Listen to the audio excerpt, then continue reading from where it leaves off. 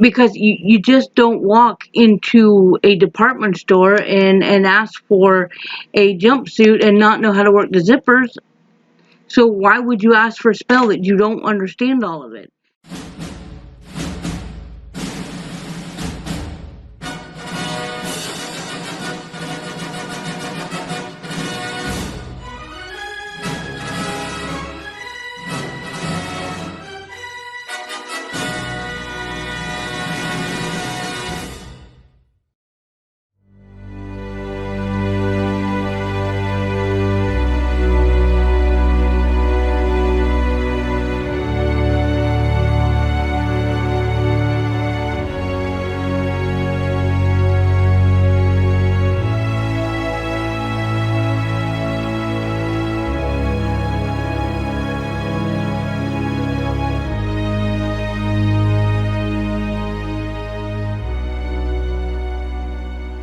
Hi, Phoenix family.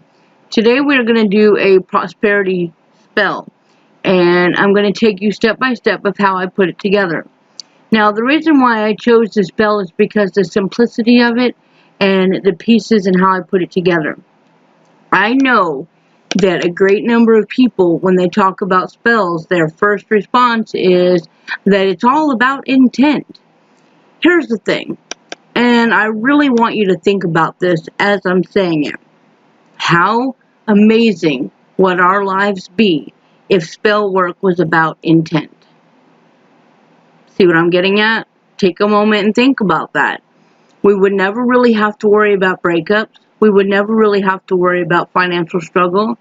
We would never really have to worry about issues at our job, because we would just be like, well, I intend this. This is my intention. And while I like the idea, I think it's very severely misunderstood, okay? Because it's not just intention, it's about absolute will. It's about absolute focus on what you are doing and why you're doing the spell. I'm not a fan of people that ask for spells all the time and they don't really have a clue what this is, why is that, and how they would do it.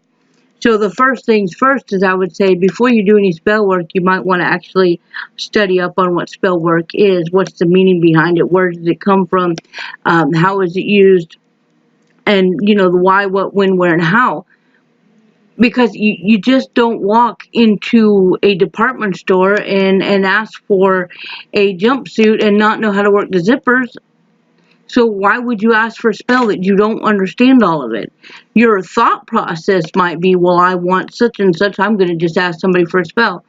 But you're asking somebody else for their intentions. You're asking somebody else for their ideas of how that spell was put together.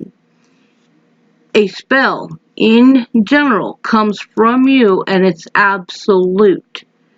Like, if you put a spell together for work, okay, I really want to find employment at such and such place, and the idea is your intentions. I'm going to focus my intentions that this spell will work.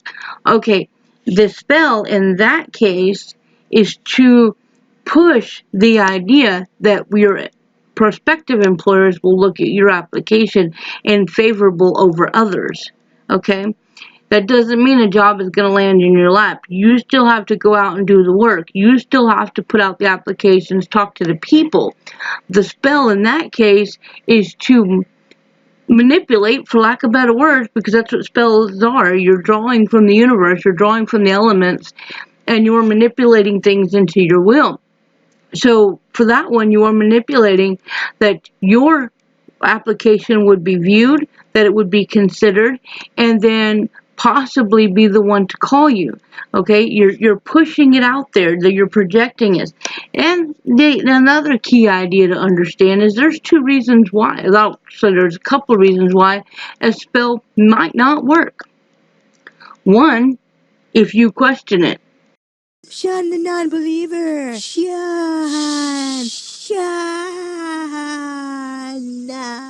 I hope this works. Maybe this won't work.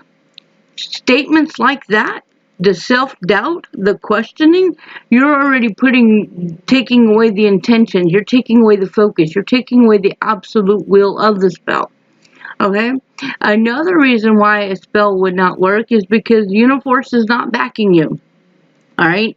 If your intentions, and I'm not just talking about spells versus hexes or anything like that. If your intentions are not warranted or not justified for any reason, then it's not going to be backed. It's the power that you're trying to draw in from the universe and from the elements is not going to be there to support your ideas. So whether it's curse, hex, or anything like that, your actions need to be justified in some way, some shape or form. Okay? It's about the balance, the good and the bad, the yin and the yang. Alright? Whatever side it is that you're working with or your reason has to be justified to have backing. Okay. And then another reason why a spell would not work is because it is about manipulation. Alright, even if you have the universe's backup, you've got the elements backing you up, and you're full on absolute that this spell is what you want to do, the other person's will, free will as a person, can always be stronger. Absolutely. You're putting an idea into their head. You're manipulating their thought process as to what you would like to happen, as to what would go into your favor. And they will consider it. It will be a thought. That's what makes your spell successful. It will reach them. But they can always look at it and go, nope, I just don't want to do this. For whatever reason of their own personal thoughts, their will has counter-reacted against your spell. That does not mean that your spell didn't work. It was not successful. It just means that free will overrides. Okay? Now, one more part before I get into this spell that I wrote up is that it doesn't have to be this huge ceremony, this huge ritual, or all of these candles lit everywhere around the house. It doesn't have to be this massive altar or workroom. If you have that, that's wonderful. That's fine. If you don't have it, it's still fine. Okay? Now, the next part, and I will show you all the tools I have to the spell before I ever put it together because I'm going to explain each piece of it. Okay? The intention of my spell that I'm going to do is for prosperity. Is that I will be able to perform a spell that's going to provide for my needs. Alright, that is my intention. But I need it focused. I need to be absolute on it. So what I've done is I've picked out different things that have representation in that direction so that it is not just my intention as you may have been told before. It is about putting all the pieces together. You need the universe to back you. You need the elements to back you. If you are like me and you have gods or goddesses that you speak to, then you need that backing as well. And you need your tools. Intention alone sounds great, but no, it is not the key. The key to spell work is all of it. Every piece that you put into it and how you go about it and how much it means to you. Personal. This is why I suggest so many times to write your own spells. If you don't know how, then you are not ready for that yet. Go back. Read Raymond Buckland's Book of Witchcraft. It is an amazing book. He is Wicca, but I've had used that book as a reference book for more than 20 years. I can give you a list of books that I love to read and that have been very helpful. However, Raymond Buckland's Book of Witchcraft, also known as Big Blue, is an amazing book that for decades will continue to be a reference book on the form of witchcraft. When you understand that part of it, then you will begin to understand spell work. And it's not like there's anything wrong with asking somebody else, well, I have no access to this, what would you use in substitution? Or I'm allergic to this, what would you suggest? Such as a lady that was in our group the other day, she said, I'm allergic to lavender, what can I use to substitute it? So I explained to her that she can use rosemary in place of lavender and have the same effect, the same representation. Okay? But the spell itself the idea of the spell, the purpose of the spell, the true want of the spell to happen, and then the tools to put it together. That's how a spell is successful. It is so much greater than just intent, and I cannot stress that enough. Okay, so these are the pieces to my spell. This right here is this little cup, and for right now, before doing the spell, the cup is empty because this is how I feel that my position is, alright? And that I would like this cup filled, alright? That's the first part. Then the next part is this tiger's eye, okay? And the tiger's eye represents protection, it represents healing, and it represents good luck. Okay, so we are doing prosperity, so having this piece that represents good luck, I like that. I'm going to put this next to my cup. Okay, and then aquamarine. Now, this is for calming and reducing stress and anxiety. Okay, I feel like this would be helpful for this spell because prosperity is one of those things that it doesn't necessarily mean wealth, but it means to like get through and pay the bills and take care of groceries. And for many people that have regular everyday struggles, it is very stressful. It is high in anxiety. And sometimes when we're high in anxiety or very stressed, we miss small steps that could be helpful. So I chose aquamarine to provide the calming and to reduce the stress for this spell so that the guidance that I'm asking for is also available to me without being so stressed. Alright, so I'm going to put that next to my cup. Okay, and then I picked up a quarter, and the quarter is to represent the prosperity, to represent the money itself, and the purpose of my spell. Okay, so I'm going to put that over here. Alright, then the next thing I have is molderite. Okay, I don't have a molderite stone, but I do have a ring. See? Okay, and the molderite, I have it written here, healing, spiritual growth, and clarity. Okay, clarity was the key point for this stone because as I'm doing a prosperity spell, it's not about money landing in my lap, but it's offering me guidance to find the funds that I need to do what has to be done. All right. And if there is something there, if there's an opportunity there, and I've not seen it yet or don't even realize it, the molderite right here provides clarity. It takes that field of cloud away, that fog. All right. So we're going to put that there. Now this piece is actually two pieces, and it's really tiny, but it's all I need. Okay, so I'm going to get real close to the camera. Okay, and this right here, let me see if I can show it a little bit better in the camera. Okay, it's garnet inside of a pentacle.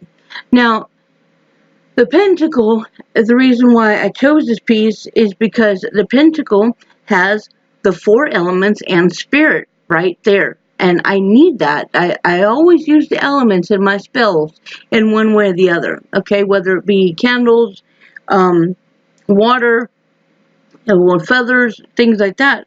Or a pentacle. In this case, we're going to use the pentacle. Alright, and then the garnet, I wrote that down.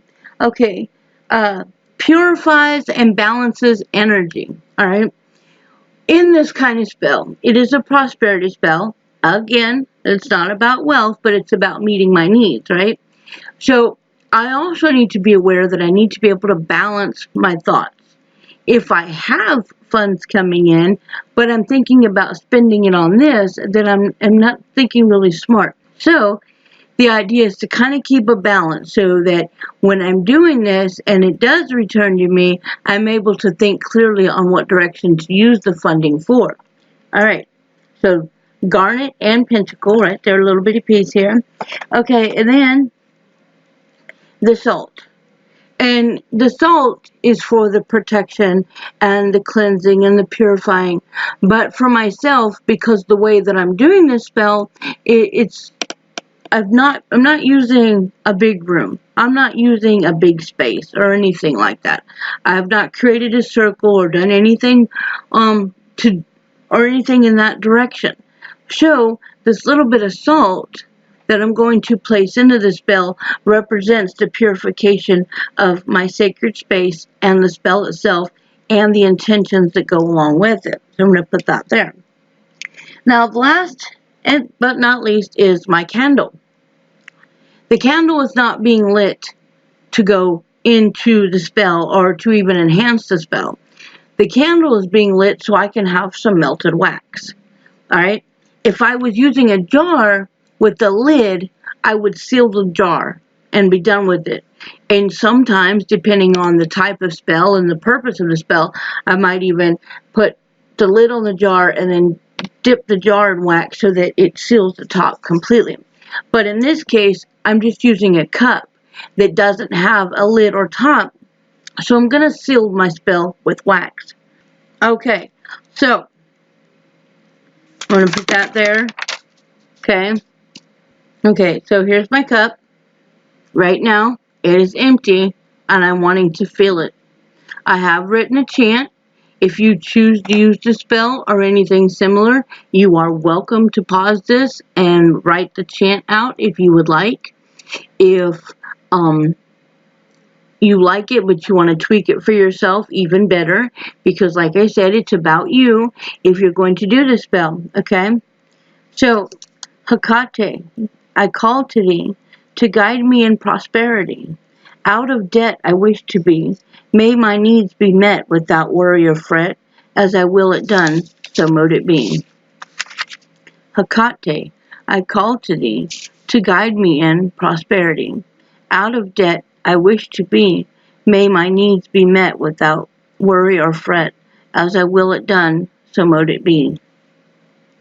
There's my cup. The tiger's eye for good luck. The aquamarine. There's my quarter. My malachite ring. My garnet and pentacle together. I'm gonna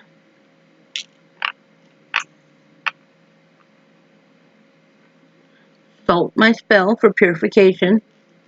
Okay. Put the little cork back in there so it's sealed.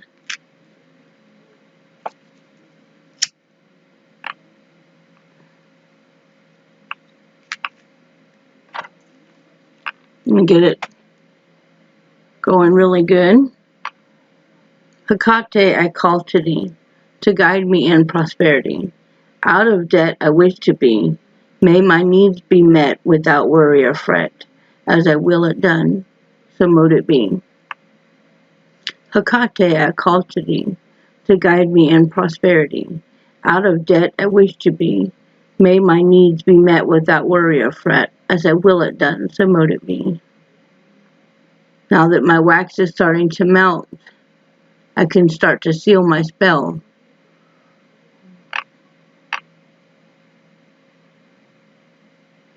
Hecate, I call to thee to guide me in prosperity. Out of debt I wish to be. May my needs be met without worry or fret. As I will it done, so mote it be.